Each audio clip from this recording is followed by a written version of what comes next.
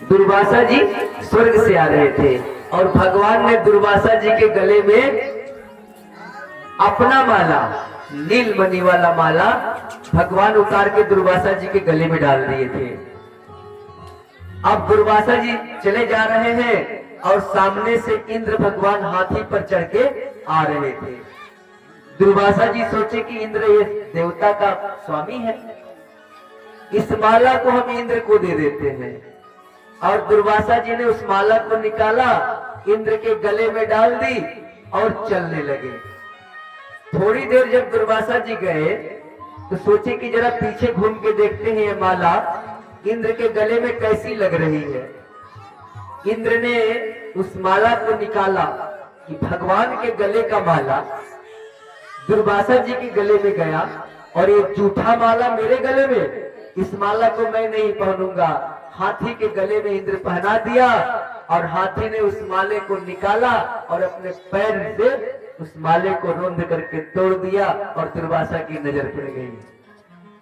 दुर्वासा को बड़ा तकलीफ हुआ। बोले, अहंकारी इंद्र, भगवान के माला का तूने अपमान किया है, एक संत का अपमान किया है। जा, मैं तुझे श्राप देता हूं कि तू स्त्रीहीन हो जा। अब स्वर्ग की सारी संपत्ति खत्म हो गई। शुक्राचार्य को पता चला कि दुर्वासा जी इंद्र को श्राप दे दिए हैं स्त्रीहीन का। बलि से बोले, बलि अच्छा मौका है, आक्रमण कर दो स्वर्ग पर, स्वर्ग को कब्जा कर लो। अब स्वर्ग को बलि ने कब्जा कर लिया, दैत्यों का राजा बलि। अब इंद्र की माता अदिति, दिति जो थी वो दैत्यों की माता थी और अदिति जो थी वो देवताओं की माता थी। और दोनों कश्यप ऋषि की पत्नी थी। बाप एक, कश्यप की 2-4-10 पत्नियां थी, जिसमें दिति और अदिति, एक दैत्य की माता, एक देवता की माता और पिता एक। अब अदिति मैया अपने पति के पास गई कि हमारे बेटे वन वन भटक रहे हैं, सरकार कुछ करो। तब कश्यप ऋषि ने अदिति को एक व्रत बतलाया कि अदिति, तुझे एक पुत्र होगा और वही पुत्र देवताओं को राज्य दिला सकता है। एक व्रत तुझे करना पड़ेगा। फागुन महीना में शुक्ल पक्ष में 12 दिन तक गाय का दूध पी करके यदि ओम नमः भगवते वासुदेवाय का जप करो तो तुझे बहुत अच्छे संतान की प्राप्ति होगी और वही संतान बलि को स्वर्ग से हटाएगा और देवताओं को राज्य मिल जाएगा। तो वही करती है। अदिति मैया ने व्रत किया और व्रत करने के बाद ऋषि कुल में भगवान का प्राकट्य हुआ। भगवान 52 बन के आए ऋषि कुल में, 52 अंगुल के भगवान प्रकट हुए। अब ऋषि कुल में भगवान आए हैं, एक बार बोलिए 52 भगवान की। और 52 भगवान का यज्ञोपवीत हुआ और बृहस्पति जी गुरु थे। गुरु जी बोले कि 52 भगवान, यज्ञोपवीत मैंने कराया, इसका दक्षिणा तो हमें चाहिए। 52 भगवान बोले कि सरकार दक्षिणा क्या लोगे? तो बृहस्पति भगवान ने कहा, हमें तो त्रिलोक की संपत्ति चाहिए। 52 भगवान बोले कि त्रिलोक की संपत्ति अभी किसके पास है? त्रिलोक का राजा कौन है? तो अभी त्रिलोक का राजा बलि है, जो नर्मदा नदी के किनारे यज्ञ कर रहा है। क्योंकि शुक्राचार्य ने बलि से कहा था कि बलि, यदि तू 100 यज्ञ कर लेगा ना तो इंद्र के पद से तुझे कोई हटा नहीं सकता। 99 यज्ञ पूरा हो गया था, 100वां यज्ञ चल रहा था और 52 भगवान पहुंच गए उस यज्ञ में। अब बलि ने बड़ा स्वागत किया और बलि बोला कि सरकार कुछ मांग लो, यज्ञ में आए हो।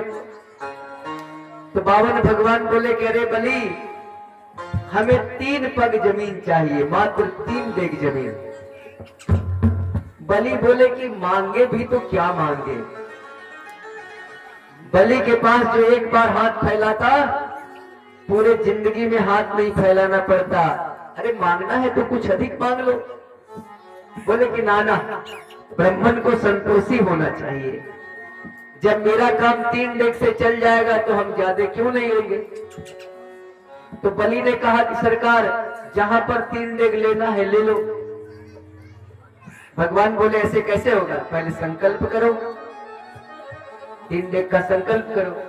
अब शुक्राचार्य जी ने देखा, अरे बौना कब से बात कर रहा है। ध्यान लगाया तो बौना में भगवान दिखाई पड़ा।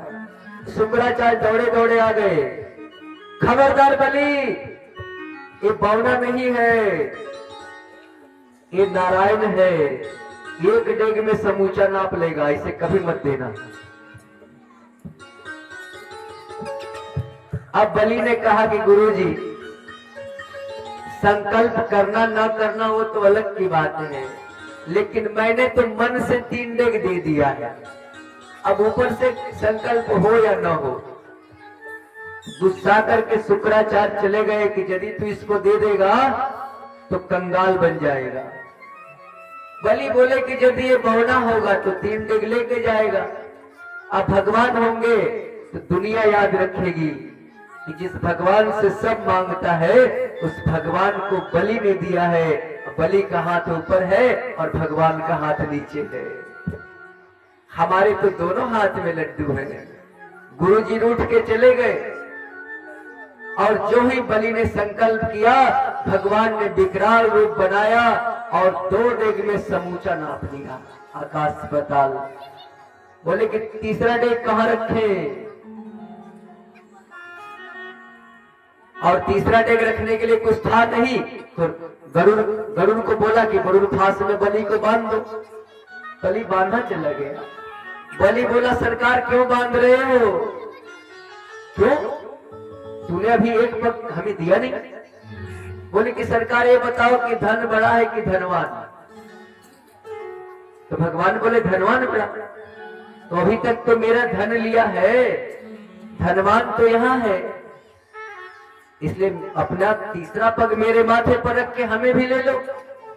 और उस तरह से भगवान ने 3 पग पूरा किया। तो भगवान भी बोले कि बलि अब तू भी हमसे कुछ मांग ले। भगवान बोले, बलि बोला कि सरकार, हमारी तो यही इच्छा है कि जब जब अपने घर से निकले तब तब आपकी चेहरा हमें दिखाई पड़े। अच्छा, इसका मतलब तू हमें चौकीदार बनाना चाहता है। बलि बोले कि हम तो अपनी इच्छा कह दी, अब आपकी जो मर्जी। भगवान बोले जाओ, हम तुम्हें सुतल लोक का राज्य देते हैं। सुतल लोक, अगले मनवंतर में तू ही इंद्र होगा और चलो हम तेरे पहरेदार बन के रहेंगे। और आगे आगे बलि, पीछे से भगवान चले गए। और इधर नारद जी चले गए लक्ष्मी मैया के पास कि लक्ष्मी मैया, आपके पति जी विदेश नौकरी करने चले गए। हाँ, क्या बोले नारद? अरे हाँ मैया, ये माला झोली लो, भगवान का नाम जपो, अब आपके पति विदेश चले गए। अरे नारद जी साफ साफ बोलो। तो बलि के पहरेदार बन गए हैं। नारद जी कोई उपाय बताओ कि हमारा पति हमें मिल जाए। तो नारद जी बोले कि बलि को बहन नहीं है, सावन का महीना आने वाला है, राखी बांध दो और बदले में अपने पति को मांग लो। लक्ष्मी मैया चली गई सुतल लोक, एक गरीब औरत बनके, फटी साड़ी पहन के। जिधर से बलि आ रहा था उसी रोड पर बैठ करके रोने लगी। बलि बोला कि बहन क्यों रोती हो, क्या करे, मेरे पास भाई नहीं है, जब जब राखी आती है तो मैं रोती हूँ। अरे बहन चलो, अब से तू मेरी बहन, मैं तेरा भाई। राखी पूर्णिमा के दिन तू हमें राखी बांध देना।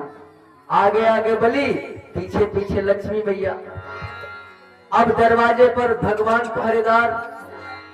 भगवान ने लक्ष्मी मैया को देखा तो भगवान कुछ बोलना चाहे, तब तक लक्ष्मी मैया ने इशारा कर दी, चुप रहो नहीं तो मामला बिगड़ जाएगा।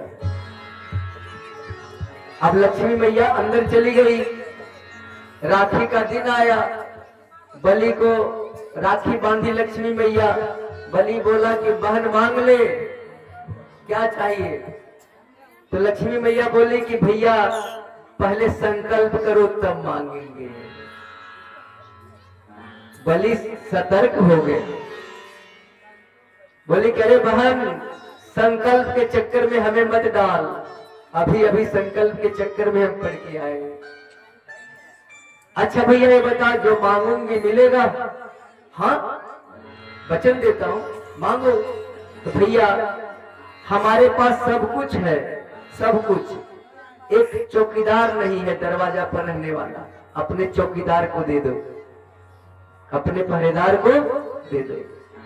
बलि समझ गया, बोला कि बहन कौन हो तुम, असली रूप में आ जाओ।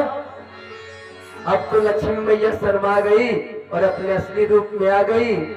और तब बलि बोला चौकीदार से, आइए भगवान जी आइए, हम अपने बहन को तुझे दान देंगे। लक्ष्मी के लिए लोग दर दर भटकता है और बलि ने लक्ष्मी को दान दिया। क्या दान दिया? नारायण का दान दिया। इसीलिए बलि का दान अमर हो गया। और एक अवतार में भगवान ने मछली का अवतार लिया था और प्रलय पर्यंत शंभु मनु की रक्षा की थी। इस तरह से मैंने आपके सामने अष्टम स्कंद तक की कथा रखी। अब